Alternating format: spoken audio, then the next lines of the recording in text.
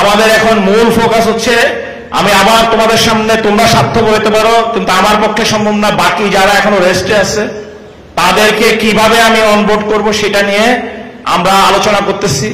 যাদের বয়স হয়ে গেছে দুঃখিত, তাদেরকে হয়তো কিছুটা রেস্টে যাইতে হবে, যাদের বয়স হয়ে গেছে, যাতে কিনা অন্যান্য যারা রেস্টে আছে তাদের জন্য সুযোগ দিতে হবে, যাতে আমরা রিফ্রেশার ট্রেনিং হবে, সেই ট্রেনিং এ তাদেরকে সেই রিফ্রেশার ট্রেনিং এ প্রমাণ করতে হবে যে তোমার দক্ষতা এবং শারীরিক ফিটনেস ডিউটি করার জন্য প্রস্তুত আছে। আর এটার মানে এই না যে কেউ ডিসকার্ডেড হবে, সবাই যার যার দক্ষতার লেভেল অনুযায়ী, ওই যে বলছিলাম দক্ষতার লেভেল অনুযায়ী তোমার এমপ্লয়মেন্টটা হবে।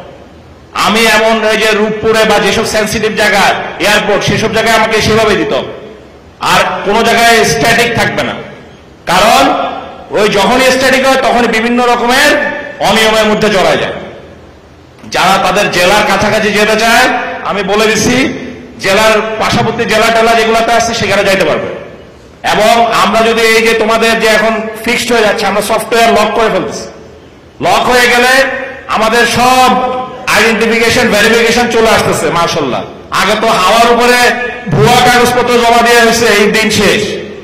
এই বাহিনীতে কেউই, ইনক্লুডিং এখানে যারা আছে এই ভিডিপির মধ্যেও যেখানে আছে, ভুয়া দিন শেষ, কারণ সব আমাদের সফটওয়্যারে ডিজিটাল চলে আসতেছে, এনআইডির সাথে কানেক্টেড হয়ে যাচ্ছে, ভুয়া আর কেউ পারবে না। সো যখন এগুলো লক হয়ে যাবে সব এখানে পারফেক্ট হবে, ভুয়া এখানে কেউ নাই, যখন হবে তখন তোমাদের রেশন যার যার জেলাতেও পাবা, ওই জেলা পর্যায়ে তোমরা তোমাদের যার যার বাড়িতে সেটা তুলতে পারবে। বাট সেই প্রক্রিয়া আমরা ইনশাল্লাহ কাছাকাছি, এরা সবাই কষ্ট করতেছে, এভরিবডি ইজ ওয়ার্কিং হার্ড, সবাই কাজ করতেছে, এখানে মনে করার কোনো কারণ নাই। এখন 100% লোক কষ্ট করতেছে।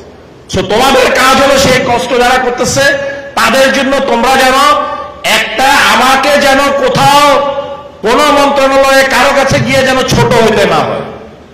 আমি যদি ছোট হয়েছি মনে রাখবা তোমাদের কোনো কিছুই হবে না। আমার ছোট বড় হওয়ার একটাই মানদণ্ড, সেটা হচ্ছে তোমরা কাজ ভালো করবা। কি বলছি বুঝা গেছে? পারবা ভালো কাজ করতে? যদি ভালো কাজ করতে পারো আমার জন্য সহজ হবে। আজকে 21 পদক দেয় না, কালকে আরেক পদক ইনশাল্লাহ আমরা আনবো, পারা যাবে?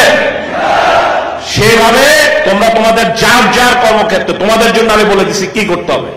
যারা আছে তারা ওইভাবে এলাকায় গিয়ে জেলা উপজেলার সাথে ওইভাবে কাজ করো।